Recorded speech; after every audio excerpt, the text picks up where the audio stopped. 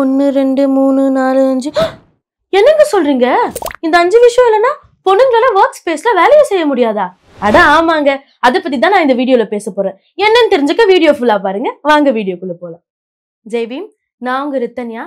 பெண்களோட முன்னேற்றத்தை பொறுத்து தான் அந்த நாட்டின் வளர்ச்சியை அளவிட முடியும்னு பாபா சாஹேப் அம்பேத்கரே சொல்லியிருக்காருங்க. ஆமாங்க, நம்ம எல்லாத்துலயும் பெண்களுக்கு அதிகாரம் கொடுக்கறது ரொம்ப அவசியம். அது எந்த அளவுக்கு அவசியமோ அதே மாதிரி வேலை பார்க்குற இடத்துல பெண்களுக்கு இந்த 5 பெனிஃபிட்ஸ் இருக்கிறது ரொம்ப முக்கியமான அவசியம். நோட் பண்ணுங்கப்பா பின்றாம்பா. அது என்ன நம்ம ஒன்னொன்னா பாத்துருவோமா? First thing, safe environment.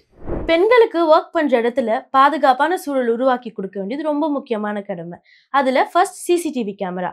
CCTV surveillance கண்டிப்பா இருக்கணும். அதுலயும் பார்க்கிங் லாட்ஸ், இருட்டா இருக்க இடத்துல தேவைப்பட்ட லைட்டிங்கோட சிசிடிவி கேமரா சர்வைலன்ஸ் இருக்கணும். இது ரொம்ப முக்கியமான விஷயம் தான். ஆனா இதை விட முக்கியமான விஷயம் நான் ஒண்ணு சொல்லவா? பாஷ் அப்படின்னா பிரிவென்ஷன் ஆஃப் செக்ஷுவல் ஹராஸ்மெண்ட்.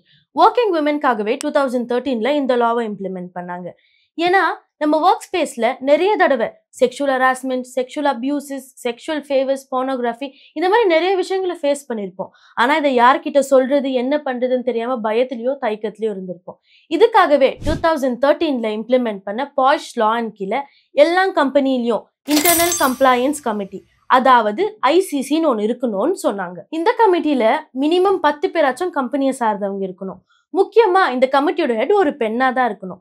உங்களுக்கு ஏதாச்சும் இன்சிடென்ட் நடந்திருக்கா? இன்சிடென்ட் நடந்து 3 மாசத்துக்குள்ள நீங்க போய் கம்ப்ளைண்ட் ரேஸ் பண்ணா மட்டும்தான் அவங்க ஆக்ஷன் எடுப்பாங்க. அது மட்டும் இல்லைங்க, ஒருவேளை பாதிக்கப்பட்டவங்களால கம்ப்ளைண்ட் எழுத முடியலன்னா அந்த ஹெட் அவங்களுக்காக கம்ப்ளைண்ட் எழுதி நியாயம் வாங்கி கொடுக்கணும். இது என்னங்க எம்என்சி சில பெரிய பெரிய கம்பெனிஸ்க்கு மட்டும் தான் அப்ளிகபிளான்னு கேட்டீங்கன்னா இல்லவே இல்லைங்க. பெண்கள் எங்கெல்லாம் ஒர்க் பண்றாங்களோ அங்க எல்லாமே இந்த லா அப்ளிகபிள். இதுக்கு மேல உங்களுக்கு ஏதாச்சும் பிரச்சனை நடந்துச்சுன்னா நீங்க என்ன பண்றதுன்னு தெரியாம பயந்துட்டு இருக்கணும்னு எந்த அவசியமும் இல்லை. இந்த கமிட்டியில வந்து நீங்க கம்ப்ளைண்ட் ரேஸ் பண்ணலாம். ஸோ இதுக்கப்புறம் லேடிஸ் தைரியமா பேசுங்க. Clean and private rest rooms with sanitary support. 8 மணி நேரம் ஒரு இடத்துல ஒர்க் பண்றோங்க. அப்ப அங்க இருக்க வேண்டிய டாய்லெட் எவ்வளவு கிளீனா இருக்கணும். ஆமாங்க, அடிக்கடி டாய்லெட் வாஷ் பண்ணி அதுக்கு தேவைப்பட்ட டாய்லெட்டரிஸ் ஃபெசிலிட்டிஸோட நம்ம கொடுக்கணும். பீரியட்ஸ் டைம்ல நமக்கு நிக்கிறது நடக்கிறதே கஷ்டம். அதை தாண்டி நம்ம வேலைக்கு வரோம். நம்ம வேலை பார்க்குற இடத்துல பேடுங்கிறது ரொம்ப அடிப்படை தேவை. அது கம்பல்சரி இருக்கணும். அதை விட முக்கியமா பேட் டிஸ்போசர் கண்டிப்பா இருக்கணுங்க. நம்ம ஒர்க் பண்ற இடத்துல நம்ம கூட ஒரு 50 ஆண்கள் ஒர்க் பண்றாங்களா, அவங்க மத்தியில பீரியட்ஸ்ன்னு சொல்லவோ நாப்கின்னு சொல்லவோ நம்ம ஏன் தயங்கணும்? பீரியட்ஸ்ங்கிறது நேச்சுரலான விஷயம் தானே. எனக்கு பீரியட்ஸ்ன்னு நீங்க தைரியமா சொல்லலாமே.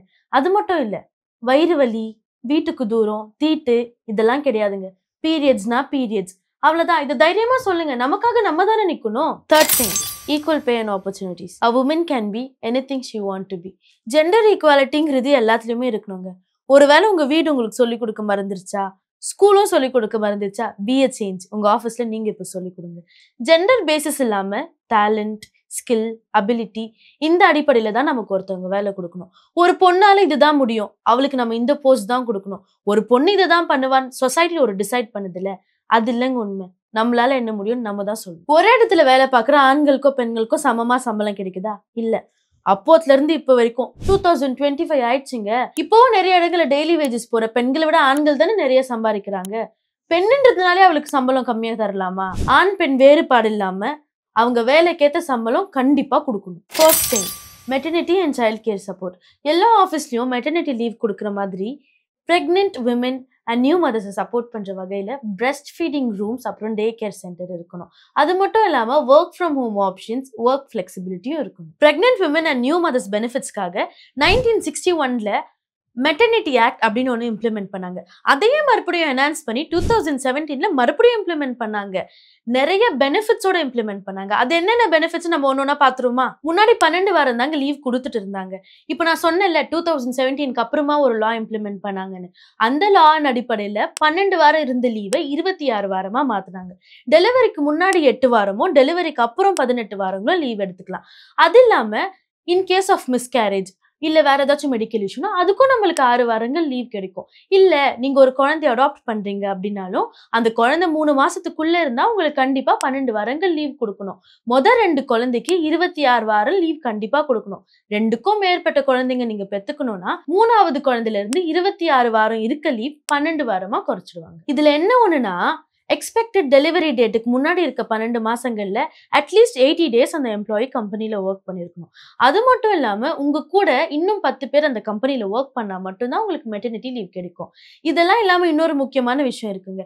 உங்களுக்கு 6 வயசுக்குள்ள இருக்க குழந்தைங்க இருக்கா, அப்ப கிரஷ் ஃபெசிலிட்டின்னு ஒரு ஃபெசிலிட்டி இருக்கு. ரிட்டையர்மெண்ட் ப்ரொமோஷன்ஸ் அப்படின்னு வரப்போ இந்த மெட்டர்னிட்டி லீவ் பெண்களுக்கு ஒரு டிராபேக்காவே இருக்கு. இதுக்காக தமிழ்நாடு கவர்மெண்ட் என்ன பண்ணிருக்காங்கன்னா, அவங்களோட எக்ஸ்பீரியன்ஸ்ல இந்த மெட்டர்னிட்டி லீவையும் சேர்த்துக்கணும் அப்படின்னு ஆர்டர் போட்டிருக்காங்க. மத்த பிரைவேட் கம்பெனிஸையும் இதையே பண்ணிட்டாங்கன்னா பெண்களுக்கு பயங்கர யூஸ்ஃபுல்லா இருக்கும். கிரஷ் ஃபெசிலிட்டிஸ்னா என்னன்னு கேக்குறீங்களா? அது ஒண்ணும் இல்லைங்க. சிம்பிளா சொல்லணும்னா அது சைல்ட் கேர் சப்போர்ட் தான். அம்மாங்க வேலையில இருக்கப்போ குழந்தைங்களை பாத்துக்கிறது தான் இந்த கிரஷோட வேலை. அவங்கள சேஃப்டியா பாத்துக்கிட்டு அவங்க வயசுக்கான ஆக்டிவிட்டிஸ்ல அவங்களை என்கேஜ் பண்ணணும். முக்கியமா இந்த கிரஷ் ஃபெசிலிட்டிஸ்ல எல்லா ஃபெசிலிட்டிஸுமே வந்து சைல்ட் ஃப்ரெண்ட்லியா இருக்கணும், டாய்லெட் உட்பட. அம்மாங்க ஒர்க் பண்ற இடத்துல இருந்து 500 மீட்டர்ஸ்குள்ள தான் இது லொக்கேட் ஆயிருக்கணும். ஒர்க் ஹவர்ஸ்ல 4 தடவை தாய்மார்கள் வந்து அவங்க குழந்தைங்களை பாத்துக்கலாம். அதுலயே வந்து ரெஸ்ட் பண்றது, ஃபீட் பண்றதுன்னு எல்லாமே அவங்க பண்ணிக்கணும்.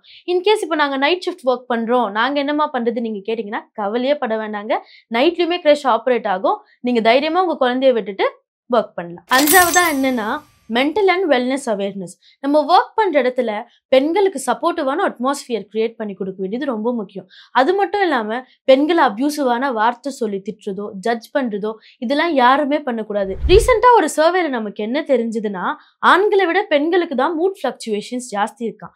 இதெல்லாம் கன்சிடர் பண்ணி பெண்கள் ஒர்க் பண்ற இடத்துல பெண்களுக்காகவே mental awareness programmes, therapies, counselling இந்த மாதிரி செஷன்ஸ்லாம் எல்லா கம்பெனியும் பண்ணி கொடுக்கணும். Women don't need favors, they need fairness. Let's build workplaces where women don't just survive, they thrive. இந்த மாதிரி பெண்களுக்கு ஹெல்ப்ஃபுல்லான வீடியோஸ் பார்க்கணுமா? Do like and subscribe Elam Social. Thank you.